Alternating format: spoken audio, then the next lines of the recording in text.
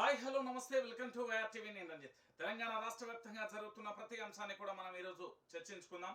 ఈ రోజు వచ్చిన దినపత్రికలలో ఎలాంటి అంశాలు వచ్చాయి, వాటికి సంబంధించిన ప్రధానమైన మూలాలు ఏంటి అనే అంశాలను కూడా చర్చించుకోబోతున్నాం. ప్రధానంగా కూడా ఇప్పటి వరకు ఎవరైనా YR TV Telugu news channel subscribe చేసుకోకపోతే ఖచ్చితంగా కూడా సబ్స్క్రైబ్ చేసుకోండి. వాస్తవాలను తెలియజేయడానికి అన్నిత్యం ప్రజల కోసం, ప్రజల పక్షాన, ప్రజల కోసం పనిచేసే ఛానల్ కేవలం YR TV Telugu news channel ఒకటే.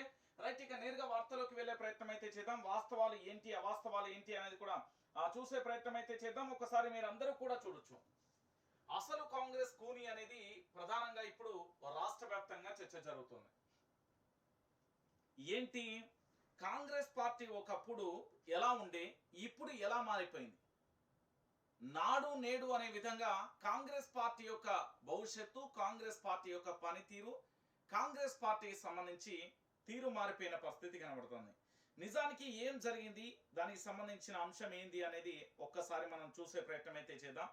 తెలంగాణ రాష్ట్ర వ్యాప్తంగా ఇప్పుడు పూర్తి స్థాయిలో కాంగ్రెస్ పార్టీకి సంబంధించి తిరుగుబాటు బాహుట అయితే మొదలైంది. ఎక్కడికక్కడ చర్చ కూడా కొనసాగుతున్న పరిస్థితి తావిచ్చింది. అసలు ఎందుకు ఈ కారణం వచ్చింది అంటే, తెలంగాణ రాష్ట్ర వ్యాప్తంగా రాష్ట్ర ముఖ్యమంత్రిగా యనమల రేవంత్ రెడ్డి గారు ముఖ్యమంత్రి పదవి చేపట్టిన తర్వాత కాంగ్రెస్ పార్టీలో చేరుతున్న నేతలంతా కూడా వారి యొక్క సొంత జిల్లాలకు సంబంధించి, ఉదాహరణకు కరీంనగర్, వరంగల్, ఖమ్మం, నిజామాబాద్ ఏదైనా ఒక జిల్లాను తీసుకుందాం. నల్గొండ జిల్లాకు సంబంధించి ఒక నేత చేరుతున్నప్పుడు ఆ నల్గొండ జిల్లాకు సంబంధించిన ఎవరు, ఉత్తమ్ కుమార్ రెడ్డి అయినా, కోమటిరెడ్డి వెంకటరెడ్డి అయినా, జానారెడ్డి అయినా, లేకపోతే ఇంకో నేత అయినా ఖచ్చితంగా వాళ్ళకి సమాచారం అనేది చేరాలి. ఆ చేరికలో వాళ్ళు కూడా భాగస్వామ్యం కావాలి. ఇది ఒక పార్టీ యొక్క తత్వం, పార్టీ యొక్క తీరు. కానీ ఇక్కడ ఏం జరుగుతున్నది అంటే, ఏ జిల్లా నుంచి ఎవరు జాయిన్ అవుతున్నారో కనీసం ఆ నియోజకవర్గానికి సంబంధించిన వ్యక్తికి కూడా తెలియడం లేదు. ఒకవేళ నిజంగా ఇదే నల్గొండ జిల్లాకు సంబంధించి అక్కడ ఇన్ఛార్జిగా ఎవరైతే ఉన్నారో వారికి తెలియకుండానే చేరికలు అనేది జరుగుతున్నది. ఉదాహరణ చెప్తున్నా, ఇప్పుడు ప్రస్తుతం తెలంగాణ రాష్ట్ర వ్యాప్తంగా కాంగ్రెస్ పరిస్థితి ఆ విధంగానే మారిపోయింది. ఎందుకు అంటే, సీనియర్ నేత జీవన్ రెడ్డికి సంబంధించి పొమ్మనలేక పొగబెడుతున్నారా, లేకపోతే జీవన్ రెడ్డి రేపు భవిష్యత్తులో ఏకు మేకైతాడనే భావమా? అసలు కాంగ్రెస్ లో పొన్నం ప్రభాకర్, దుద్దిల్ల శ్రీధర్ బాబుకు, దాంతో పాటు జీవన్ రెడ్డి, వీరి ముగ్గురు మధ్యలో ఏమన్నా కోల్డ్ వార్ కొనసాగుతుందా? బయటికి మాత్రం బాహాటంగా అద్భుతంగా కనిపిస్తున్నప్పటికీ లోపల ఏదో జరుగుతుందన్న చర్చ తెలంగాణ రాష్ట్ర వ్యాప్తంగా కూడా చర్చనీయాంశంగా మారింది. ఏంటి అంటే, కరీంనగర్ కాంగ్రెస్ లో రేవంత్ చిచ్చు ఏంటి, నిన్న ఎవరు జగిత్యాలకు సంబంధించిన సంజయ్ జైన్ అయితే జీవన్ రెడ్డి గారికి తెలియదండి. ఇక జీవన్ రెడ్డిని వదిలించుకునే స్కెచ్, విఫల నేతగా ముద్ర వేసి పంపే ప్లాన్ సంజయ్ కి కండు. అందుకేనా రేవంత్ తీరుపై కాంగ్రెస్ శ్రేణుల ఆగ్రహం, జగిత్యాలలో ఆందోళన, రాజీనామాకు సిద్ధమైన జీవన్ రెడ్డి, జగిత్యాలకు మంత్రి దుద్దిల్లా నేతలు, కొనసాగుతున్న బుజ్జగింపులు, జీవన్ రెడ్డి సీనియర్ నేత, ఆయనకు హామీ ఇచ్చే స్థాయిలో మేము లేము, మంత్రి శ్రీధర్ బాబు వ్యాఖ్య అంటూ కూడా చెప్పిన పరిస్థితి కనబడతాను. సో కరీంనగర్ ఎపిసోడ్ అనేది రోజు రోజుకు తరాస్థాయికి వెళ్ళిన పరిస్థితి కనబడతాను. ఈ కరీంనగర్ కి సంబంధించిన జీవన్ రెడ్డి గారికి సంబంధించి తన నియోజకవర్గానికి సంబంధించిన వ్యక్తి అంటే బీఆర్ఎస్ పార్టీ నుండి గెలిచిన సంజయ్ ఎవరైతే ఉన్నారో, దాదాపుగా ఆయన ఏదో కాంట్రాక్ట్ విషయంలో 200 కోట్ల రూపాయల చెల్లింపులు ఉన్నాయి. ఆ బాకీలో భాగంగా పొంగులేటి సలహాతోనే, పొంగులేటి సూచనల మేరకు రేవంత్ రెడ్డి సమక్షంలో జాయిన్ అయ్యారనేది ఒక వార్త సోషల్ మీడియాలో తిరుగుతున్నది, చక్కర్లు కొడుతున్నది. కానీ ఇక్కడ నా నియోజకవర్గానికి సంబంధించి నాకు తెలియకుండానే వ్యక్తిని ఏ విధంగా పార్టీలోకి ఆహ్వానిస్తారు అనేది జీవన్ రెడ్డి వాదన. కాంగ్రెస్ పార్టీ పుట్టినప్పటి నుండి ఆ పార్టీలో పనిచేస్తున్న వ్యక్తిని నేను. నిన్న మొన్నటి నుండి తెలుగుదేశం పార్టీ నుండి వచ్చిన నేత రేవంత్ రెడ్డి. మరి అలాంటి వ్యక్తి ఒకవేళ పార్టీ భవిష్యత్తు కోసమే కావచ్చు, పార్టీ బలం కోసమే కావచ్చు, భవిష్యత్తులో పార్టీ బలంగా ఉండేందుకు నిర్ణయమే కావచ్చు, ఏదైనా కావచ్చు. మరి ఇలా ఉన్నప్పుడు ఖచ్చితంగా కూడా సమాచారం అనేది ఇవ్వాలి కదా అనేది జీవన్ రెడ్డి వాదన. జీవన్ రెడ్డి వాదన 100కు 100% కరెక్టే. ఇప్పుడు ఎవరైనా నియోజకవర్గం నుంచి జాయిన్ అవుతే ఆ నియోజకవర్గానికి సంబంధించిన, ఆ పార్టీకి సంబంధించిన ఇన్ఛార్జికి లేదా ఆ జిల్లాకు సంబంధించిన నేతకు తెలియజేయాల్సిన బాధ్యత ఖచ్చితంగా ముఖ్యమంత్రికి ఉంటుంది, ఆ టీంకు కూడా ఉన్న పరిస్థితి కనబడతాను. కానీ ఇక్కడ జీవన్ రెడ్డి గారికి పూర్తి స్థాయిలో ఇవ్వని పరిస్థితులలో జీవన్ రెడ్డి గారు నిరసనకు దిగారు. ఒక దశలో ఇప్పటికీ కూడా ఆశ్చర్యం లేదు, జీవన్ రెడ్డి గారు ఎప్పుడైనా రాజీనామా చేయొచ్చు, రాజీనామాకైతే సిద్ధపడ్డరు అనే విషయం అయితే క్లారిటీ. సో ఇది ఇట్లా జరుగుతూ ఉంటే అసలు దృశ్యమేంది, ఉండాల్సిన దృశ్యం ఏంది అనేది ఒకసారి చూద్దాం. సీఎం రేవంత్ రెడ్డి సమక్షంలో జగిత్యాల ఎమ్మెల్యే సంజయ్ కుమార్ కాంగ్రెస్ పార్టీలో చేరారు.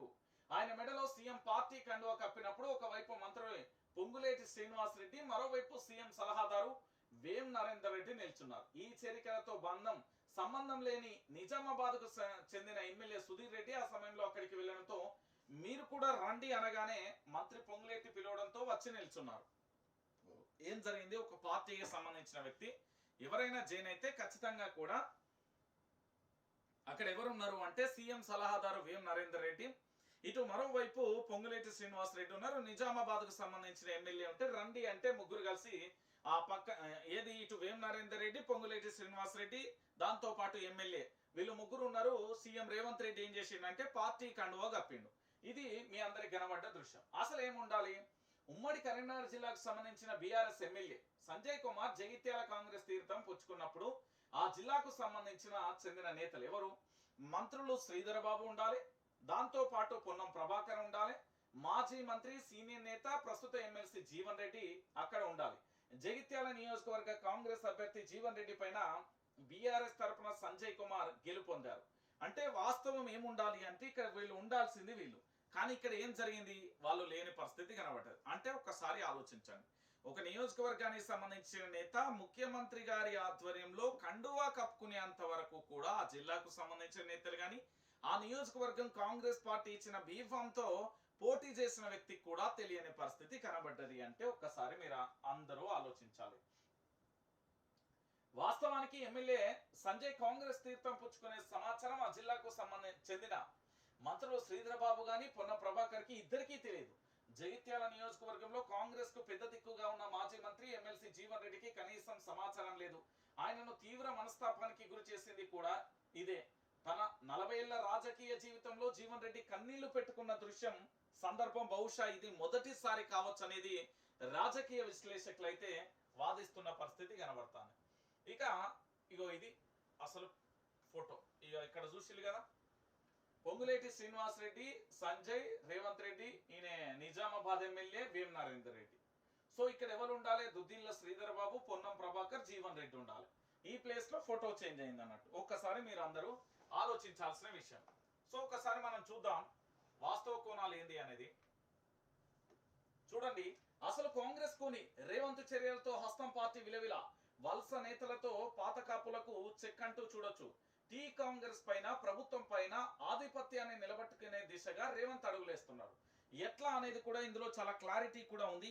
ఏంటి అంటే పూర్తి స్థాయిలో తెలంగాణ రాష్ట్ర వ్యాప్తంగా కూడా ఏం జరుగుతున్నది అనే విషయానికి సంబంధించి ఒకసారి చూసే ప్రయత్నం చేస్తే గనక ఖచ్చితంగా కూడా ఏం జరుగుతున్నది తెలంగాణ రాష్ట్ర రాజకీయాలలో వాస్తవ కోణాలను గనక ఒక్కసారి మనందరం కూడా ఆలోచిస్తే పూర్తిగా కూడా జరుగుతున్న విషయాలను కూడా మనం చూస్తున్నాం. ఏం జరుగుతున్నది, ఎట్లెట్లున్నది అనే పరిస్థితిని కూడా మనం అంచనా వేస్తున్న తీరు కనబడుతుంది. సో పూర్తి స్థాయిలో తెలంగాణ రాష్ట్ర రాజకీయాలలో వాస్తవ కోణాలను గనక ఒక్కసారి మీరందరూ కూడా ఆలోచించవచ్చు. పూర్తి స్థాయిలో జరుగుతున్న విషయాలు కానీ విషయాలను కూడా మనం చూస్తున్నాం. వాస్తవ కోణాలు ఏంటి అనేది కూడా చూస్తున్న పరిస్థితి కనబడుతుంది. సో ఇక్కడ జరుగుతున్న విషయం ఏంటి అంటే తెలంగాణ ప్రాంత బిడ్డలందరూ కూడా ఆలోచించాల్సిన విషయం ఇది. ఏం జరుగుతున్నది ఇక్కడ, ఎలా ఉన్నది పరిస్థితి అనేది ఒక్కసారి మనం చూసే ప్రయత్నం అయితే చేద్దాం.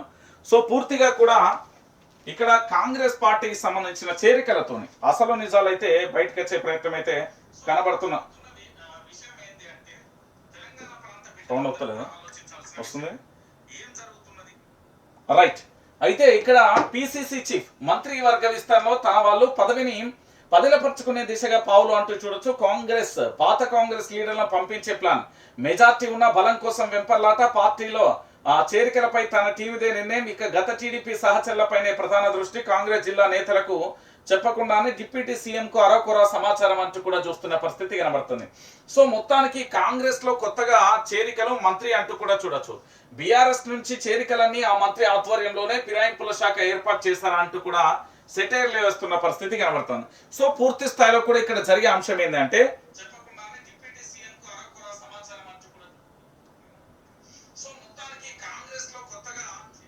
సో ఇక్కడ ఉన్న విషయం ఒకటే, క్లియర్ కట్ గా కూడా ఇక్కడ మీరు అందరూ కూడా చూడొచ్చు. ఇగో ఇది ప్రస్తుతం సోషల్ మీడియాలో సెటైర్లు వేస్తున్న అంశంగా చూడొచ్చు. ఎందుకంటే తెలంగాణ రాష్ట్ర వ్యాప్తంగా కూడా కాంగ్రెస్ పార్టీకి సంబంధించిన నేతలు జరుగుతున్న ఒక చర్చనీయ అంశంగా కూడా చూడవచ్చు. ఎందుకు నేను ఈ విషయాన్ని చెప్తున్నా అంటే, తెలంగాణ ప్రాంత బిడ్డలారా, ఇక్కడ మీకు కనబడుతుంది కదా, ఏదైతే పూర్తి స్థాయిలో కనబడుతున్న అంశం ఏదైతే ఉందో అది పూర్తి స్థాయిలో కూడా జరుగుతున్న అంశం కావచ్చు, లేకపోతే ఇంకేదైనా అనుకోవచ్చు. ఎందుకు ఈ విషయాన్ని చెప్తున్నానంటే, ఇప్పటికే తెలంగాణ రాష్ట్ర రాజకీయాలకు సంబంధించి ఇక్కడ కాంగ్రెస్లో చేరికలు మంత్రి అనేది ఏదైతే కనబడుతుందో అది కాస్త ఆశ్చర్యకరంగా కూడా ఉన్న పరిస్థితి అయితే కనబడుతుంది.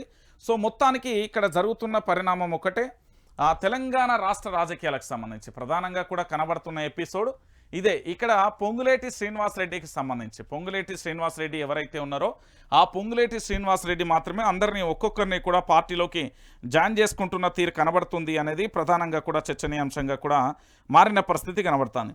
దీంట్లో ప్రధానంగా కూడా బీఆర్ఎస్ పార్టీ నుండి వెళ్ళే వాళ్ళందరూ కూడా ఒకటి ఒత్తిళ్లు కావచ్చు, లేకపోతే మరే కారణమైన కావచ్చు, లేకపోతే ఇతరత్ర కారణాలు ఏదైనా కావచ్చు, ప్రభుత్వం మాత్రం తన ప్రభుత్వాన్ని నిలబెట్టుకునేందుకు అన్ని రకాలుగా చర్యలు చేస్తున్న పరిస్థితి కనబడుతుంది.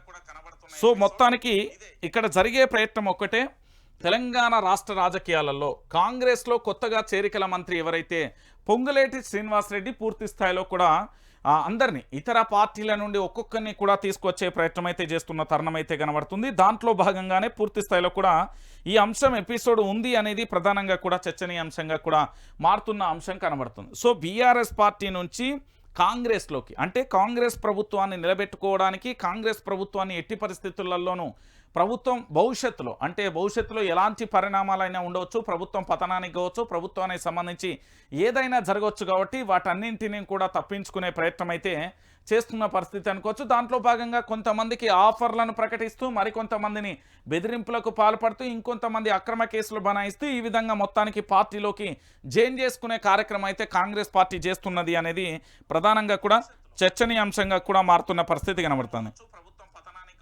సో మొత్తానికి ఇక్కడ జరిగే ఎపిసోడ్ అయితే ఒకటే, పూర్తిగా కూడా తెలంగాణ రాష్ట్ర వ్యాప్తంగా జరుగుతున్న అంశం ఇది ఒకటే అని చెప్పడంలో ఎలాంటి డౌట్ లేదు.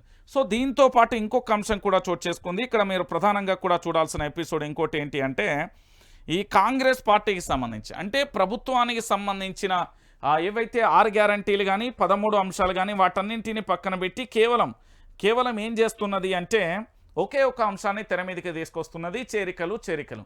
ఎట్టి పరిస్థితులలో బీఆర్ఎస్ పార్టీని ఖాళీ చేయాలనే అంశం చేస్తున్న తరుణం అయితే కనబడుతుంది. కానీ ఇక్కడ జరిగే విషయం ఏంటంటే, చేరికల మీద ఫోకస్ పెట్టినంత ఈజీగా, అంటే ఇతర పార్టీలు, అంటే బీఆర్ఎస్ పార్టీ నుంచి కాంగ్రెస్ పార్టీకి చేరికల మీద పెట్టినంత పూర్తి స్థాయిలో ఇంట్రెస్ట్ ఏదైతే ఉందో ప్రభుత్వ పరిపాలన మీద పెడితే బాగుంటుంది అనేది సోషల్ మీడియాలో సెటైర్లు పడుతున్న అంశం కూడా కనబడుతుంది. సో దీంట్లో పూర్తిగా కూడా ఏం జరుగుతుంది తెలంగాణ ప్రాంత బిడ్డలారా ఒకసారి ఆలోచించండి. అంటే కాంగ్రెస్ పార్టీని మొదటి నుండి భుజస్కంధాల మీద వేసుకొని మోసి ఆ పార్టీ అధికారంలోకి రావడానికి కృషి చేస్తున్న వాళ్ళందరినీ కూడా పక్కకు జరిపి, పాత తెలుగుదేశం పార్టీ, పాత తన సహచరులు, దాంతోపాటుగా తన ప్రభుత్వానికి సంబంధించిన కావాల్సిన మెజార్టీ ఉన్నప్పటికీ కూడా అరోకొరో అనుమానంతో తాను పూర్తి స్థాయిలో కూడా వేరొకరిని కూడా ఇతర పార్టీల నుండి ఆహ్వానిస్తున్న తీరు కూడా కనబడుతుంది. సో ఇలాంటి పరిస్థితులలో జీవన్ రెడ్డి పూర్తి స్థాయిలో కూడా కన్నీళ్లు పెట్టుకున్న సందర్భం కూడా బహుశా ఇది మొట్టమొదటిసారేమో అంటూ కూడా ఆశ్చర్యాన్ని వ్యక్తం చేస్తున్న పరిస్థితి కూడా కనబడుతుంది. ఇక దానితో పాటుగా మరొక అంశం ఏంటి, రాజ్యసభలో బీఆర్ఎస్ ఉపనాయకుడిగా తన నియమించడంపై సోమవారం పార్టీ అధినేత కె చంద్రశేఖరరావును ఎర్రవెల్లిలో కలిసి ధన్యవాదాలు తెలియజేస్తున్న ఎంపీ వద్దిరాజు రవిచంద్ర అంటూ కూడా ప్రధాన అంశానికి సంబంధించి కూడా ఇలా చేస్తున్న పరిస్థితి కనబడుతుంది. సో మొత్తానికి అందరూ కూడా తమ స్వార్థాలను పెట్టుకొని బయటికి వెళ్తున్న తరుణంలో, కానీ కేసీఆర్ కోసం, కేసీఆర్ను నమ్మిన వ్యక్తులు మాత్రం ఈ విధంగా కేసీఆర్ వెంటే ఉంటున్న పరిస్థితి కనబడుతుంది. ఆ రోజు ముఖ్యమంత్రిగా ఉన్నప్పుడు ఏ విధంగానైతే గౌరవించారో, ఈరోజు ముఖ్యమంత్రి పదవిలో లేకున్నా కూడా వారి యొక్క మంచి భవిష్యత్తును ఇచ్చినందుకు, దాంతోపాటు మంచి పదవులను ఇచ్చినందుకు పూర్తి స్థాయిలో ఉన్నంతలో సర్దుకుపోతామంటాం కదా, గతానికి సంబంధించి ఇప్పటికి సంబంధించి పూర్తిగా కూడా ఒక రకమైన భిన్నమైన వాదనలు అయితే కొనసాగుతున్నాయి. సో మొత్తానికి పార్టీని కొంతమంది ఇలా క్రియాశీలక కార్యకర్త, అంటే కేసీఆర్ నమ్మిన వ్యక్తులు ఏ విధంగా ఉంటారు అంటే ఇట్లుంటారు. కష్టకాలంలో ఇప్పుడు పార్టీ మారిన దొంగల బ్యాచ్ ఆల్రెడీ వెళ్ళిపోయింది. పోచారం కానీ, కడియం కానీ, కేకే కానీ వీళ్ళందరూ వెళ్ళిపోయారు. కానీ కేసీఆర్ మాట కోసం కట్టుబడి ఉండే నేతలు ఇట్లుంటారు. వద్దిరాజు రవిచంద్రలు ఎక్కువ ఉంటారు. ఒకసారి చూడుర్రి మీరే. రైట్, ఇక దీంతో పాటుగా నిన్న ఒక బ్రహ్మాండమైన బ్రేకింగ్ న్యూస్ వచ్చింది. ఏందది, ఫిరాయింపు ఎమ్మెల్యేలపైన సుప్రీంకు బీఆర్ఎస్ అనర్హతపై తాడోపేడో తేల్చుకునేందుకు నిర్ణయం. దానం నాగేందర్ పార్టీ మారి 3 నెలలు. నేటికి నిర్ణయం ప్రకటించని శాసనసభ స్పీకర్. సుప్రీంకోర్టు తలుపు తట్టే యోచనలో బీఆర్ఎస్. 3 నెలలలో తేల్చాలి. ఈ వ్యవధిలోగా ఫిరాయింపుదారుల అనర్హతపై స్పీకర్ నిర్ణయం తీసుకోవాలి. ఎన్సీపీ శివసేన కేసులలో గతంలో సుప్రీంకోర్టు స్పష్టమైన ఆదేశాలను కూడా జారీ చేసిన పరిస్థితి కనబడుతుంది. ఏంటి? పార్టీ ఫిరాయింపులకు పాల్పడుతున్న ఎమ్మెల్యేలపైన అర్హత వేటు విషయంలో బీఆర్ఎస్ పార్టీ సుప్రీంకోర్టును ఆశ్రయించే అంశాన్ని పరిశీలిస్తున్నది. ప్రజా తీర్పుకు విరుద్ధంగా కొంతమంది బీఆర్ఎస్ ఎమ్మెల్యేలు కాంగ్రెస్లో చేరుతున్న నేపథ్యంలో అనుసరించాల్సిన వ్యూహంపై పార్టీ అన్ని కోణాలలో న్యాయ సలహా సంప్రదింపులు జరుపుతున్నది. తమ ఫిర్యాదులను స్పీకర్ పట్టించుకోని కారణంగా పార్టీ మారిన ఎమ్మెల్యేలపై అనర్హత వేటు వేయాలని బీఆర్ఎస్ పార్టీ ఇప్పటికే హైకోర్టును ఆశ్రయించింది. దీంట్లో భాగంగా దానం నాగేందర్ కానీ చాలామంది నేతలు కూడా పార్టీ మారుతున్న దృశ్యాలు కనబడుతున్నాయి. మీ అందరికీ గుర్తుందో లేదో గతంలో ఒక చర్చ కూడా కొనసాగింది. ఎప్పుడైతే పార్టీ మారుతారో అప్పుడే తన యొక్క సభ్యత్వం పోవాలి, దాంతోపాటు అనర్హత వేటు పడాలా అనేది ఉపరాష్ట్రపతిగా ఉన్న సందర్భంలో వెంకయ్యనాయుడు గారు కీలకమైన వ్యాఖ్యలు చేశారు. అది ఒకటోసారో రెండోసార్లో కాదు, చాలా సందర్భాలలో రకరకాల వేదికల విధంగా రకరకాల సందర్భాలలో కూడా తాను చెప్పిన పరిస్థితి కనబడ్డది. అంటే ఇప్పుడు ప్రజల చేత ప్రజల కొరకు ఎన్నుకోబడిన నేత కేవలం నియోజకవర్గ అభివృద్ధి కోసమే పోతున్నాడు అంటే అది తప్పు. తన యొక్క సొంత లాభం కోసం, తన యొక్క అవసరాల కోసం, తన యొక్క అభివృద్ధి కోసం, తన ఎదుగుదల కోసం, తన యొక్క సొంత ఎజెండా కోసం మాత్రమే పార్టీ మారుతున్న సందర్భాలు కోకొల్లలుగా కనబడతాయి. ఇక్కడ ఫిరాయింపు ఎమ్మెల్యేల పైన సుప్రీంకు బీఆర్ఎస్ అనే టైటిల్ ఏదైతే ఉందో, ఒక పార్టీలో గెలిచిన వ్యక్తి ఇంకో పార్టీలోకి వెళ్ళడం ఏదైతే ఉందో అది కరెక్ట్ కాదు అనే విషయాన్ని చాలా క్లియర్గా కూడా గుర్తుపెట్టుకోవాల్సిన విషయం. నేను ఇంకొక అంశం ఏం చెప్తున్నానంటే, తెలంగాణ ప్రాంత బిడ్డలారా క్లియర్గా ఆలోచించండి. ఇప్పటికీ మీ నియోజకవర్గాలలో చాలామంది కూడా పార్టీ మారుతూ ఉంటారు ఎమ్మెల్యేలు. వాళ్ళు దేనికోసం మారిండు? ఇప్పుడు కడియం శ్రీగారి పార్టీ మారింది దేనికోసం? ఎంపీ టికెట్ కోసం. ఎన్నో 4 రూపాయలు వచ్చినాయని ఒక వాదన చక్కర్లు కొడుతున్నది. దాంతోపాటు ఇప్పుడు ఆయన వెనుక ఎవరు వెళ్ళారు? కేకే తన బిడ్డ కానీ తన ఏంది అంటే పూర్తి స్థాయిలో అక్రమాస్తులో లేకపోతే ఏం పాడుపడ్డదో దానికోసం వెళ్ళిపోయిన పరిస్థితి. ఇప్పుడు పోచారం ఎందుకు పోతున్నాడంటే ఆయనకున్న అదేంది రాళ్ళది కంకర్రాళ్ళకు సంబంధించి, దాంతోపాటు ఆయనకు హోమ్ మినిస్టర్ ఇస్తారని రకరకాల ఆరోపణలు అయితే అంటే రకరకాల విషయాలు అయితే బయటకు వస్తున్నాయి. ఇట్లా ఒక్కొక్కరు తమ స్వార్థాలకు తమ యొక్క సొంత ఎజెండా కోసమే వెళ్తున్నారు తప్ప ప్రజల కోసం వెళ్తున్నాం, ప్రజల పక్షాన మాట్లాడడానికి, ప్రజల కోసం ప్రజల సేవ చేయడానికి కాదు. అక్కడ కాంగ్రెస్ పార్టీ నిలబడ్డ వ్యక్తి నచ్చకనే బీఆర్ఎస్లను గెలిపించను. ఇక్కడ బీఆర్ఎస్లను గెలిపించిన వ్యక్తి కూడా మళ్ళీ అదే పార్టీలోకి వెళ్తున్నాడు అంటే ఒక్కసారి మీరు అందరూ కూడా ఆలోచించాల్సిన విషయం అన్నట్టు. ఇక దీంతో పాటుగా మరొక అంశం, ఇక హైదరాబాద్కు అమరాపాలికి ఒకసారి చూడుర్రి. హైదరాబాద్ అమరాపాలికి ఏకంగా 5 విభాగాల బాధ్యతలు. జిహెచ్ఎంసీ కమిషనర్గాను పగ్గాలు. రాష్ట్రంలో 44 మంది ఐఏఎస్ల బదిలీ. జీఏడీ ముఖ్య కార్యదర్శిగా సుదర్శన్ రెడ్డి, విద్యుత్ కార్యదర్శిగా రొనాల్డ్ రాస్. ఇక greater Hyderabad municipal commissioner, metropolitan authority joint commissioner, Musi river front managing director, HMDL managing director, Hyderabad outer ring road ప్రాజెక్టులో డైరెక్టర్. సో మొత్తానికి హైదరాబాద్ మొత్తం అమరాపాలి చేతిలో పెట్టిండు. ఏంది బదిలీల ఏంది బంతాట? 2 నెలలకోసారి పోస్టింగ్ మార్పు. కుదురుకోక ముందుకే మరో చోటుకు. ఐపీఎస్ రంగనాథ్కు మళ్ళీ ట్రాన్స్ఫర్. 7 నెలలలో 5 సార్లు స్థానచలనం. తాజాగా ఎన్ఫోర్స్మెంట్ కమిషనర్గా సిడిఎంఏకు 6 నెలల్లో 4. మున్సిపల్ అడ్మినిస్ట్రేషన్లో మళ్లీ బదిలీలు. కొత్తగా గౌతమ్కు అదనపు బాధ్యతలు. కాంగ్రెస్ ప్రభుత్వం సరికొత్త రికార్డు అంటూ కూడా చెప్పిన పరిస్థితి కనబడుతుంది. అంటే పూర్తి స్థాయిలో కూడా రాష్ట్ర వ్యాప్తంగా హైదరాబాద్కు సంబంధించి పూర్తి స్థాయిలో అమరపాలి చేతిలో పెట్టింది. ఎందుకంటే 1 కాదు 2 కాదు, ఒకటి గ్రేటర్ హైదరాబాద్ కమిషనర్గా, దాంతోపాటు మెట్రోపాలిటన్ అథారిటీ జాయింట్ కమిషనర్గా, మూసీ రివర్ ఫ్రంట్ మేనేజింగ్ డైరెక్టర్గా, HgCl managing director, Hyderabad outer ring road project డైరెక్టర్గా. ఎందుకు అంటే అధికారి అనేటోడు నేను చెప్తే వినాలి, నేను చెప్పినట్టు హుకుం అనాలి. గతంలో బీఆర్ఎస్ పార్టీలో స్మితా సబర్వాల్ వెలుగు వెలిగింది, ఇప్పుడు కాటా అమరాపాలి వెలుగు వెలుగుతున్న పరిస్థితి కనబడుతుంది. పోనీ వీళ్ళకంటే ఇంకా లేరా సీనియర్ ఆఫీసర్లు అంటూ ఉన్నారు, అది ఆఫీసర్లు కోకొల్లలుగా ఉన్నారు. కానీ అధికారులు ఏదైతే ఇక్కడ పూర్తి స్థాయిలో ఎవరు మాట చెప్తే వాళ్ళు వింటారో ఆ చెప్పే మాటలు మన చెప్పు చేతలలో ఎవరు ఉంటారో వాళ్ళకే ఎక్కువగా కూడా కట్టబెడుతున్నారు అనేది మరో అంశం. ఎవరైతే మన మాట వినరో సినిమాలలో చూస్తుంటాం కదా, మాట వినకపోతే ఉన్నది నీ చేతిలో ఫ్యాక్స్ వచ్చింది చూసుకో ట్రాన్స్ఫర్ అయినట్టుగానే ఇక్కడ కూడా గదే జరుగుతుంది అనే ఒక చర్చ కూడా కొనసాగుతున్న తరుణం కనబడుతుంది. ఇక నేతన్నలవి సర్కారు హత్యలే, ఉపాధి లేక ఉసురు పోతున్న ఆదుకోరా, బాధిత కుటుంబాలకు 25 లక్షల పరిహారం ఇవ్వాలి. తెలంగాణలో మళ్ళీ సమైక్య రాష్ట్రం నాటి సంక్షోభం, గత ప్రభుత్వంపై కక్షతోనే నేతన్నలకు బలిపెట్టద్దు, సీఎం రేవంత్ రెడ్డికి కేటీఆర్ బహిరంగ లేఖ అంటూ కూడా చెప్తున్న పరిస్థితి కనబడుతుంది. అంటే సిరిసిల్ల అనే ఒక్కటే కాదు, చాలా చోట్ల కూడా నేతన్నలకు సంబంధించి పూర్తి స్థాయిలో గత ప్రభుత్వం అయితే భరోసా కల్పించిన పరిస్థితి ఉంది. కానీ ఇప్పటి ప్రభుత్వం మాత్రం అలాంటి పరిస్థితులు చేస్తలేదు. ఎందుకు అంటే చాలా క్లియర్గా చూడొచ్చు. గతంలో బతుకమ్మ చీరలకు సంబంధించి చేనేత కార్మికులందరికీ ఇస్తే వాళ్ళకు ఉపాధి అవకాశాలు వచ్చేది. కానీ ఈరోజు ఏం చేస్తున్నది ఈ ప్రభుత్వం అంటే, ఏది పాపడాలు అమ్ముకోమని ఒకడు, కండోమ్ ప్యాకెట్లు అమ్ముకోమని ఒక ఎమ్మెల్యే, ఇదంతా చేనేత కార్మికులను ఉద్దేశించి నేతన్నలను ఉద్దేశించి మాట్లాడిన మాటలు ఇవి. ఒక ఎమ్మెల్యే గారు మాట్లాడిన అద్భుతమైన మాటలు. ఓ పక్కన నేతన్నలు ఆత్మహత్య చేసుకుంటే ఉంటావు కూడా కనీసం స్పందించడం లేదంటే ఒకసారి మీరే ఆలోచించండి. రాష్ట్రంలో ఏం జరుగుతున్నది అనేది మీరు ఒకసారి ఆలోచించాలి. తెలంగాణ ప్రాంత బిడ్డలందరూ కూడా ఆలోచించాలి. ఓ పక్కన రైతులందరూ ఉసురు పోసుకుంటున్నారు, నేతన్నలు అదే పరిస్థితి. ఇక ఎవరు బాగున్నట్టు? నిరుద్యోగులు ఉద్యోగాల కోసం అల్లాడిపోతున్నారు. పోనీ వచ్చిన ఉద్యోగాలకు పోస్టింగ్ ఇవ్వమంటే ఎక్కడ ఇవ్వని పరిస్థితి. ఇంకో పక్కన జూనియర్ డాక్టర్లకు సంబంధించిన ఆందోళన. తెలంగాణ రాష్ట్ర వ్యాప్తంగా ఎటు చూసినా ఒకటే కోణం కనబడుతున్నది అనేది చాలామంది అంటే తెలంగాణ రాష్ట్ర వ్యాప్తంగా ఉన్న చాలామంది కూడా ఆర్తనాదాలు చేస్తున్న పరిస్థితి కనబడుతుంది. ఇక దీనికి సంబంధించి బహిరంగ లేఖ రాసిన మరి రేవంత్ రెడ్డి అనే వ్యక్తి ఆ లేఖను చదువుతాడా, దాన్ని డస్ట్బిన్లు ఎత్తాడా, మరి అంతటితోనే అయిపోతుందా అనేది మనం కూడా వేచి చూడాల్సిన పరిస్థితి. సో ఇది ఇప్పటి కాదు ఇది మూడోసారి కేటీఆర్ రాస్తున్న లేఖ.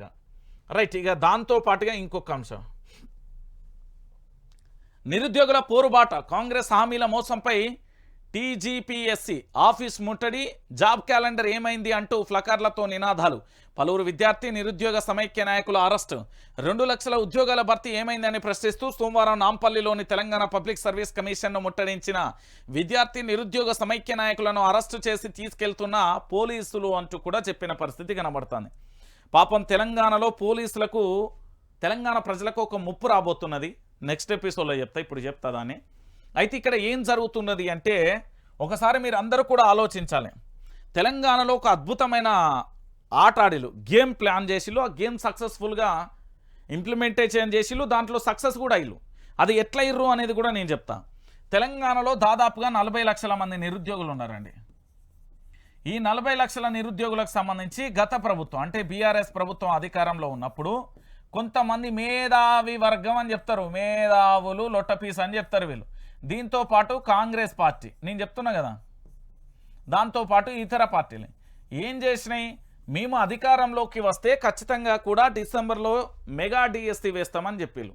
ఆ తర్వాత ఫిబ్రవరిలో గ్రూప్ 1 అన్నారు. ఆ తర్వాత ఇంకోటి అని కూడా చెప్పిన పరిస్థితి. కానీ ఇక్కడ పూర్తి స్థాయిలో ఏమైంది, అధికారంలోకి వచ్చిన తర్వాత నిరుద్యోగులను పట్టించుకున్న పాపాన పోలేదు. నిరుద్యోగులకు ఎంత తీరని అన్యాయం చేసిల్లంటే ఊహించని తారాస్థాయిలో జరిగింది. ఓ పక్కన వాళ్ళ వయోభారం అంటే వయస్సుకు సంబంధించి, ఇంకో పక్కన ఇప్పటికే పూర్తి స్థాయిలో తెలంగాణ రాష్ట్ర వ్యాప్తంగా కూడా కొన్ని కోచింగ్ సెంటర్ల యజమానులు, దానితో పాటుగా మరికొంతమంది ఎవరు ఈ మేధావి అనే ఒక లొట్టపీసు ఓ వర్గం ఉంటుంది, అందరినీ అనట్లేదు, మేధావి అనే ఒక వర్గం ఉంటుంది. వీళ్ళకేంది అంటే రాజకీయ పబ్బం గడపాలి, వీళ్ళకి ఎవరినో ఒకరిని రెచ్చగొట్టాలి, వాళ్ళ దగ్గరికి పోయి ఉపన్యాసాలు ఇవ్వాలి, ఆ ఉపన్యాసం హైలైట్ అయితే ఆ అధికారం విపక్షం ఎవడో ఒకడు కాంట్రాక్టర్ దగ్గర పోవాలి, వాళ్ళ దగ్గర పోయి బ్యాగులు తెచ్చుకోవాలి, చల్లబడాలి. ఇది ప్రస్తుతం తెలంగాణలో జరుగుతున్న ట్రెండ్ అన్నట్టు. ఇక్కడ నిరుద్యోగులకు నిజంగా న్యాయం చేసే ఉద్దేశం ఆ మేధావి వర్గం ఏదైతే ఉందో దానికి లేదు, ఇప్పటికీ ప్రభుత్వానికి లేదు అనే విషయం చాలా క్లారిటీ.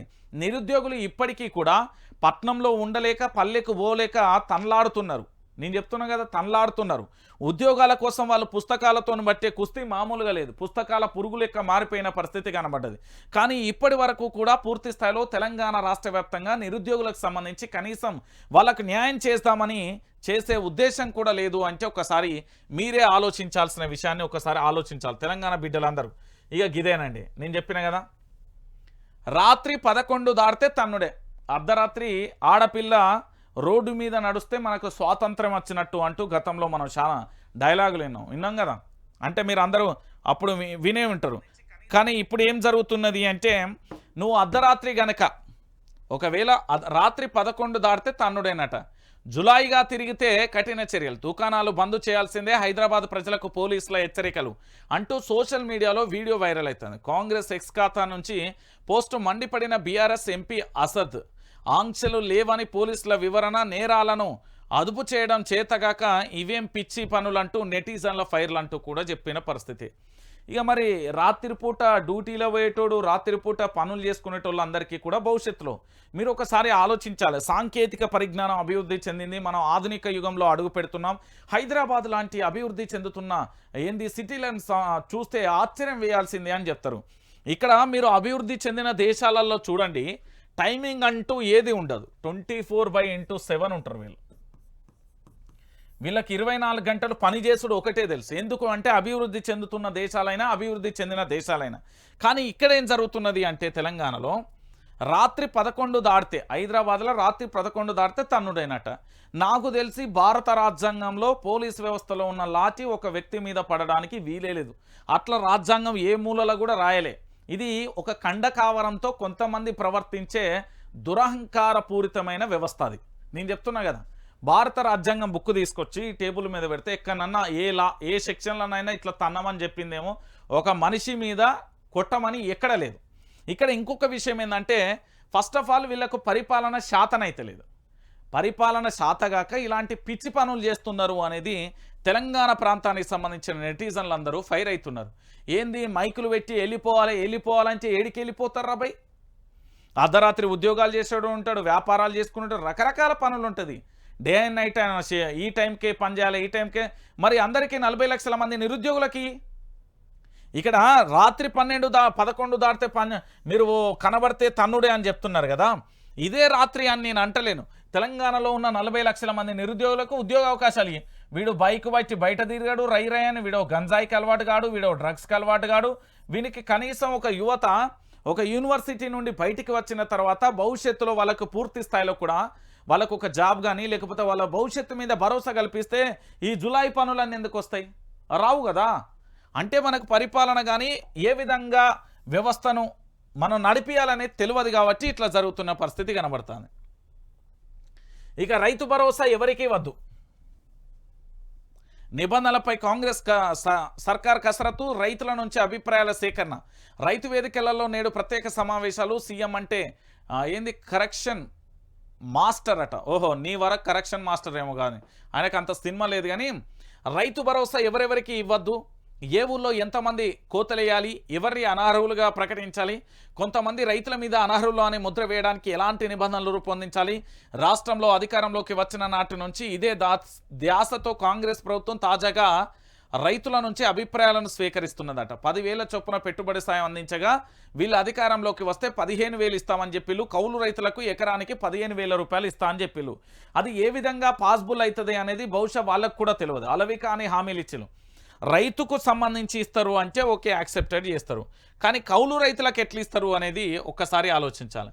వీళ్ళ కోతలు ఎట్లుంటాయి అంటే, నీకు 4 వీలర్ ఉన్నా కట్ చేస్తారు, ఐటీ రిటర్న్స్ కట్టినా కట్ చేస్తారు, లేకపోతే నీకు 10 ఎకరాల పైన ఉన్న ఇయ్యరు, 5 ఎకరాల పైన ఉన్న ఇయ్యరు, మంచి బంగ్లా ఉన్న ఇయ్యరు. వీళ్ళ కోతలు గిట్లనే ఉంటాయి, రేపు పొద్దుగాల భవిష్యత్తులో గిట్లనే ఉంటాయి. ఇది ఎట్లా పరిపాలన ఉంటుంది అంటే, మరో ఆంధ్రప్రదేశ్లో ఎట్లా పరిపాలన కొనసాగిస్తుంది అంటే, టీడీపీ వస్తే వాళ్ళ రాజ్యమే, వైసీపీ వస్తే వాళ్ళ రాజ్యమే, లేకపోతే ఇంకో పార్టీ వస్తే వాళ్ళ రాజ్యమే అన్నట్టుగా వ్యవహరించబోతారు అనేది ప్రధానమైన ఎపిసోడ్ అన్నట్టు. ఇది తెలంగాణ రాష్ట్ర వ్యాప్తంగా జరుగుతున్న ఒక చర్చ. రైతులను ఆదుకునే ఉద్దేశం లేదు ఇక్కడ. రైతులకు సంబంధించి నిజంగా ఆదుకునే ఉద్దేశం ఉంటే బాగానే ఉండు. రైతులను ఆదుకునే ఉద్దేశం లేదు కాబట్టి ఇలాంటి పరిస్థితి అనేది ఒకసారి మీరు అందరూ కూడా ఆలోచించాలి. తెలంగాణ రాష్ట్ర వ్యాప్తంగా జరిగే ఎపిసోడ్ అన్నట్టు. ఎటువైపు చూసినా ఎక్కడ చూసినా కూడా ఇలాంటి ఎపిసోడే కనబడుతుంది. మీరు ఎప్పుడన్నా చూడరు. ఎందుకు నేను ఈ విషయాన్ని చెప్తున్నానంటే, తెలంగాణ ప్రాంత బిడ్డలారా ఒకసారి ఆలోచించండి. ఈరోజు రైతులకు సంబంధించి పెట్టుబడి సాయం ఇయ్యలే, ఎండాకాలంలో నీళ్ళు ఇయ్యలే, పోనీ కరెంటు సరిగ్గా ఇయ్యలే, పండించిన పంట కొనుగోలు చేయలే, ఇప్పటి వరకు రైతులకు పెట్టుబడి సాయం ఇయ్యలేదు అంటే ఒకసారి మీరు అందరూ కూడా ఆలోచించాలి. రైతులకు రైతు భరోసా ఎవరికి వద్దు, ఎవరికి ఇవ్వాలి? కాంగ్రెస్ పార్టీ వాళ్ళకి ఇవ్వాలి, మిగతా వాళ్ళకి ఇవ్వద్దు. గింతే, ఇందులో ఏముంటుందండి? దాంట్లో పెద్ద ఏం ఉండదు. మీరందరూ కూడా ఆలోచించాలి. తమ్ముడు కొండ అసైన్డ్ దందా ఏంది? రాష్ట్ర చరిత్రలో కనీవినేని ఎరగని ఓ భూదందా గుట్టు చప్పుడు కాకుండా సాగుతుంది. చాప కింద నీరులా ఆ దందా ఊరూరికి పాకుతుంది. అసైన్డ్ భూములు, పోరంబోకు భూములే లక్ష్యంగా ఈ వ్యవహారం నడుస్తుంది. ఓ బడా నేత తమ్ముడు దీనికి కర్త కర్మ క్రియ అని ప్రచారం జరుగుతుంది. ఆయన అనుచరులు గ్రామాలకు వెళ్లి మాయమాటలతో పేద ప్రజలను తమ బుట్టలో వేసుకుంటూ వాళ్ళ నుంచి భూములను కొనుగోళ్లు జరుపుకుంటున్నట్లుగా తెలుస్తుంది. కాంగ్రెస్ పార్టీ ముఠ రంగారెడ్డి జిల్లా చుట్టుపక్కల కోట్ల విలువైన అసైన్డ్ పోరంబోకుల భూములు ఉన్నాయి. వీటిపై కన్నేసిన ఆ తమ్ముడు రెడ్డి ఒక్కొక్కటిగా తమ ఖాతాలోకి వేసుకుంటూ జోరుగా అసైన్డ్ దందా సాగిస్తున్నట్లుగా తెలుస్తుంది అంటూ కూడా చెప్తున్న పరిస్థితి. ఎవరా తమ్ముడు, ఏందా కథ ఒకసారి చూద్దాం. అసైన్డ్ భూముల కొనుగోలు చేస్తున్న తమ్ముడు రెడ్డి, ఓఆర్ఆర్ చుట్టూ బడా నాయకుడు తమ్ముడు చీకటి దందా. ఎలాంటి ప్రాబ్లమ్స్ ఉన్నా, ఎలాంటి లిటికేషన్ ఉన్నా తీసుకుంటామంటూ పేద ప్రజలకు వలేస్తున్న వైనం. అసైన్డ్ భూములు, పోరంబోకుకు భూములను అమ్ముకునే హక్కు ఇస్తామంటూ మేనిఫెస్టోలో పెట్టిన కాంగ్రెస్ ఇబ్రహీంపట్నం నియోజకవర్గంలోని జోరుగా దందా. ఆరుచట్ల, మంచాల, బొంగుళూరు గేట్, తుక్కుగూడ, కొంగర కలాన్, కందుకూరు, ఫార్మాసిటీ ప్రాంతాలకు సంబంధించి అంటూ కూడా చూడొచ్చు. స్థానిక రియల్టర్ల సాయంతో అసైన్డ్ భూముల చిట్టా లిస్ట్ ఇచ్చే వారిలో రెవెన్యూ శాఖ రెడ్డి అధికారులు సైతం. ఇక దందాలో రెడ్లను మాత్రమే నమ్ముతున్న తమ్ముడు రెడ్డి ఎవరు కొనని భూమి కొంటామంటూ ముందుకొస్తుండడంతో తమ్ముడు రెడ్డికి అమ్మేందుకు సిద్ధమవుతున్న పేదలు ఇప్పటికే పల్లెలలో జోరుగా నడుస్తున్న చర్చ ఏం జరుగుతున్నది అంటే, ప్రభుత్వ భూములు ఏవైతే ఉన్నాయో, కొన్ని లిటికేషన్ ల్యాండ్లు ఏవైతే ఉన్నాయో, అసైన్డ్ భూములు ఏవైతే ఉన్నాయో వాటన్నింటినీ కూడా దందా మొదలుపెట్టారు. ఆ దందా మొదలుపెట్టి ఏంది అంటే పూర్తి స్థాయిలో వాళ్ళ ఖాతాలో వేసుకుంటారు. ఎందుకు అంటే ఇప్పుడు అధికారం మన చేతిలో ఉంది కాబట్టి మనం ఏం చేసినా నడుస్తుంది, మనం ఎట్లా వ్యవహరించినా నడుస్తుంది, మనదే రాజ్యం, మనదే వ్యవస్థ కాబట్టి మనల్ని ఆడేటోడు ఎవడు అనే చర్చకు ఇది ఒక ప్రధానమైన మూల సూత్రం. ఇది నిజం. తెలంగాణ ప్రాంత బిడ్డలు కూడా ఇప్పుడు ఆలోచించాల్సింది ఏంటి అంటే, అమాయకమైన ప్రజలు ఇప్పటికీ చాలామంది కూడా చాలా రకాలుగా అసైన్డ్ భూములు కానీ ఇతరత్ర ఏ విధంగా ఉన్నాయో మీ అందరికీ తెలిసిన విషయమే. రాష్ట్ర చరిత్రలో తమ్ముడు రెడ్డి చేస్తున్న పంచాయతీ అంచు కూడా చూస్తున్న పరిస్థితి కనబడుతుంది. ఇక దానితో పాటుగా మరొక అంశం ఏంది, సమ్మెలో జూనియర్ డాక్టర్లు, మంత్రి దామోదర్తో చర్చలు విఫలం, సమస్యలు పరిష్కరించకపోతే ఉధృతం, ఎమర్జెన్సీ సేవలు నిలిపివేస్తామన్న జుడాలో అంచు కూడా చూస్తున్న పరిస్థితి కనబడుతుంది. సో మొత్తానికి తెలంగాణ రాష్ట్ర వ్యాప్తంగా డాక్టర్లకు సంబంధించిన సమ్మె ఇంకా కొనసాగుతుంది. వాళ్ళకు ఇవ్వాల్సిన ఏవైతే హామీలు ఉన్నాయో వాటిని నిలబెట్టుకోవాలి. ప్రభుత్వం ఇవ్వలేకపోతుంది. కొన్ని చోట్ల కొత్త భవనాలు కావాలి, మాకు ఎక్విప్మెంట్ కావాలి, మాకు బకాయిలు ఉన్న స్టైఫండ్ ఏదైతే ఉందో అదంతా ఇవ్వాలంటూ వీళ్ళు ఆందోళన వ్యక్తం చేస్తున్నారు. కనీసం వీళ్ళని పట్టించుకుంటున్నారా అంటే తెలంగాణలో ఆరోగ్య శాఖ మంత్రి ఎవరు అంటే ఎవరు అని అడుగుతున్నారు తప్ప ఈ పలానా శాఖకు సంబంధించిన మంత్రి ఉన్నాడు, ఈయనకు సంబంధించి గిట్ల జరుగుతున్నది అనేది లేని పరిస్థితి కనబడుతుంది. ఇక జగన్ ఇల్లు కూల్చిన అధికారికి ప్రమోషన్. సో పూర్తి స్థాయిలో కూడా తెలంగాణ ప్రభుత్వానికి సంబంధించి బాబు కనుసన్నలలో ఇక్కడ ఓ మంత్రి ఆధ్వర్యంలో అయితే తుమ్మల నాగేశ్వరరావు అని ఉండాలి, లేకపోతే ఇంకొక మంత్రి అన్నాడు, ఎవరు ఇంకో పొంగులేటి అంటే ఉండడు, వీళ్ళ ఆధ్వర్యంలోనే నడుస్తుంది అనే ఒక చర్చ కొనసాగుతున్న పరిస్థితి. ఇక మెడికల్ సీట్లపై మొద్దు నిద్ర, నష్టపోతున్న తెలంగాణ విద్యార్థులు. విభజన చట్టానికి కాలం చెల్లిన మెడికల్ కాలేజీలలో ఏపీ విద్యార్థులకు 15% కన్వీనర్ కోట. నిబంధనలపై ఉలుకు పలుకు లేని ప్రభుత్వం ఇప్పటికైనా మేల్కోకపోతే మనోళ్లకు భారీ నష్టం అంటూ కూడా చెప్తున్న పరిస్థితి. మనకిక్కడ ఆరోగ్య శాఖ మంత్రి, వైద్య శాఖ మంత్రి, ఆరోగ్య శాఖ మంత్రి ఉండి లేనట్టే, మళ్ళీ దాంతోపాటు విద్యాశాఖ మంత్రి జాడపత్తలేడు. ఇక ఏం చేస్తాం, ఏం చేయలేం కదా. ఇక దశమ్మకి ఏముంటుంది, కేసీఆర్ని ఎట్లా తిట్టాలి అని ఉంటుంది, అంతే కదా. అంతే. చూడు, కేసీఆర్ సర్కారే గనుల వేలానికి తెరలేపింది. కేసీఆర్ సర్కారే. కాంగ్రెస్ ప్రభుత్వం ఆరా తీయడంతో విషయం వెలుగులోకి. 5 సున్నపురాల గనుల వేలానికి గత సర్కారు ఉత్సాహం. సూర్యాపేటలో 3 reserve forest blocks, Khammam, Adilabad జిల్లాలో 1 చొప్పున. అనుమతి కోసం 2018లోనే కేంద్రానికి లేక ముందస్తు అప్రూవల్ ఇవ్వాలని విజ్ఞప్తి. 2019, 2020లో రిమైండేటర్ లెటర్స్. ఇక రాష్ట్రంలో చొరవ చూపడంతో 11 గనుల నోటిఫై చేస్తూ కేంద్రం ఉత్తర్వులు. ఖనిజ సంపదను తాము కాపాడమంటూ తాజాగా గులాబీ లీడర్లు గోపాలు. వేలంలో కాంగ్రెస్ ప్రభుత్వం ఆ కేంద్రంతో రాజీ పడిందంటూ విమర్శలు. గత ప్రభుత్వ తప్పిదాన్ని కప్పిపుచ్చుకునే పడరాని పాటలు. ఏం లేదండి, ఇక్కడ వీళ్ళు ఈ రాసిన అక్షరాలు ఏదైతే ఉంటుందో ఇది కేవలం కేసీఆర్ను ఎట్లా బట్టగలిసి మీదేయాలి, కేసీఆర్ను ఎట్లా ఏ విధంగా బదనాం చేయాలి, కేసీఆర్ అనే వ్యక్తిని ఎట్లా బదనాం చేస్తే బాగుంటుంది, కేసీఆర్ అనే వ్యక్తిని బదనాం చేయడం వల్ల వీళ్ళకు ఒక నేత్రానందం కలుగుతున్నట్టు, ఒక రకమైన ఆనందాన్ని పొందుతారు అన్నట్టు వీళ్ళ పని అదే. నేను చెప్తున్నా కదా, ఇక్కడ కేసీఆర్ అనే వ్యక్తి గత ప్రభుత్వం అరే బాబు మేము ఇయ్యలేదురా, తెలంగాణలో గనులు వేలం వేయడానికి మేము అడ్డుకున్నాం రా నాయన, కేంద్రం ఎన్ని కుట్రలు చేసినా ఎన్ని కుతంత్రాలు చేసినా ఆపినం రా బాబు అంటూ వీళ్ళు చెప్పుకుంటూ వచ్చినా లేదు మీ వల్లనే జరిగిందని దాశమ్మ రాసుకొచ్చాం. దాశమ్మకి దిమాకు ఉంటుందా ఉండదు అంటే మీ అందరికీ తెలుసు కదా. ఇక కాకా పేపర్కు పోదాం. కాకా ఏం రాసుకొస్తాడు? ప్రజాస్వామ్యానికి ఎమర్జెన్సీకి ఓ మచ్చ, పొరపాటు కూడా రిపీట్ కావద్దు. ఏంది? దేశాన్ని జైలుగా మార్చి నేటికి 50 ఏళ్ళు రాజ్యాంగాన్ని రద్దు చేసి ప్రజాస్వామ్యాన్ని బంధించారు. నాటి కాంగ్రెస్ పాలనపై ప్రధాని ఆగ్రహం. రాజ్యాంగబద్ధమైన పాలన అందిస్తామని వెల్లడి. ఎంపీగా పార్లమెంట్లో ప్రమాణ స్వీకారోత్సవం. 50 ఏళ్ళైనా ఎమర్జెన్సీని వదలరా అంటూ ఖర్గే కౌంటర్ అంటూ కూడా మరో అంశానికి సంబంధించి నిన్న చాలామంది ప్రమాణ స్వీకారం చేశారు. ఇక 2500 ఎకరాల రక్షణ భూములు ఇవ్వండి. వరంగల్ సైనిక స్కూల్ అనుమతులు పునరుద్ధరించాలి. రక్షణ శాఖ మంత్రి రాజ్నాథ్ సింగ్కు సీఎం రేవంత్ రెడ్డి విజ్ఞప్తి. ఏంది?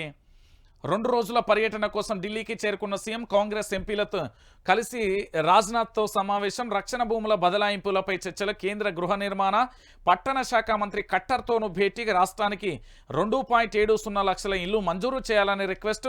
స్మార్ట్ సిటీ మిషన్ కాలపరిమితి ఏడాది పొడిగించాలని విజ్ఞప్తి చేసిన పరిస్థితి కనబడుతుంది. సో మొత్తానికి ఇక్కడ జరుగుతున్న అంశం ఇది ఒకటి అనేది విషయాన్ని గుర్తుపెట్టుకోరు.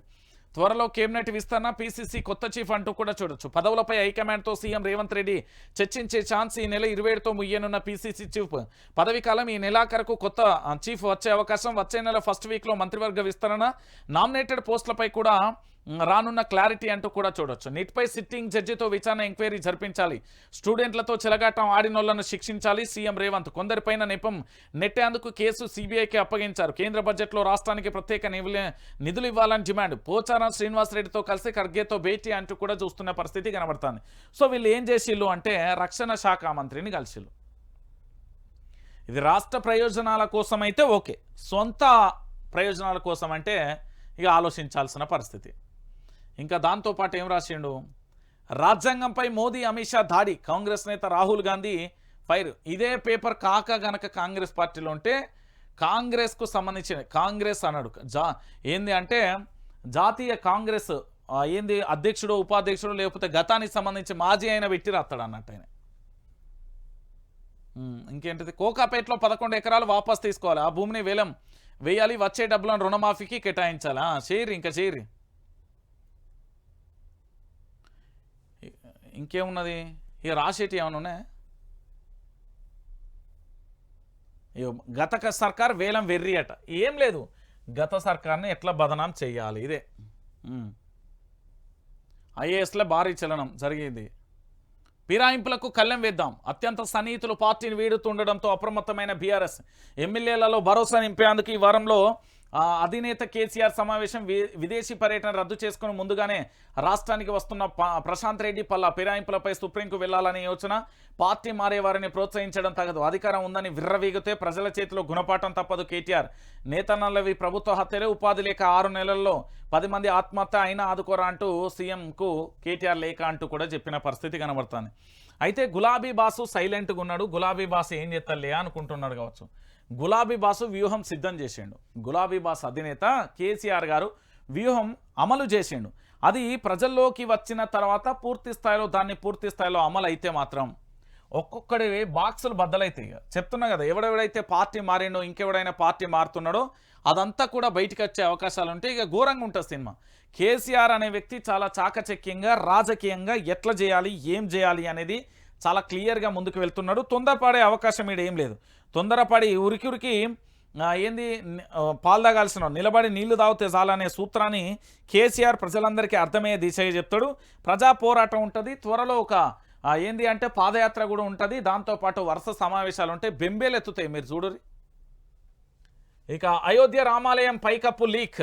సీజన్లో తొలి భారీ వర్షానికే గర్భగుడిలోకి నీరు. ఇక రామ్లాల్ ఎదుట పూజారి కూర్చునే చోట లీకు. ఆలయ ప్రాంగణంలో సరైన డ్రైనేజ్ వ్యవస్థ లేదు, అందుకే నీరు నిలుస్తుంది. ప్రధాన పూజారి గుడికి వెళ్లే 13 రోడ్లు జల దిగ్బంధంలో. ఆ రహదారులలోనే ఇళ్లలోకి చేరిన మురుగునీరు.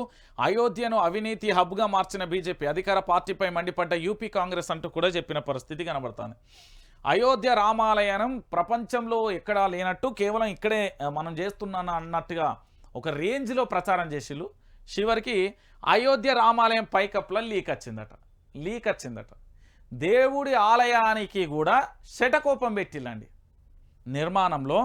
ఇగో లీక్ అయిపోయిన పరిస్థితి కనబడుతుంది. ఇక చూడురి, మీరే ఆలోచించాలి. తెలంగాణ ప్రాంత బిడ్డలారా, మీరే ఆలోచించాలి. వాస్తవం ఏంది అనేది మనమే చూడాలి. ఇంకొక విషయం ఏంటంటే తెలంగాణ రాష్ట్ర వ్యాప్తంగా కూడా ఇప్పటి వరకు కేసీఆర్ ఏం చేస్తాడుంటే కేసీఆర్ చేస్తాడు. కాస్త టైం పడుతుంది అంతే. కేసీఆర్ పూర్తి స్థాయిలో రంగంలోకి దిగుతాడు. దిగినాక అప్పుడు ఉంటుంది అసలు సినిమా. ఇగో ఇక్కడ ప్రతి ఒక్కరు కూడా లైక్ చేయరు, సబ్స్క్రైబ్ చేయరు.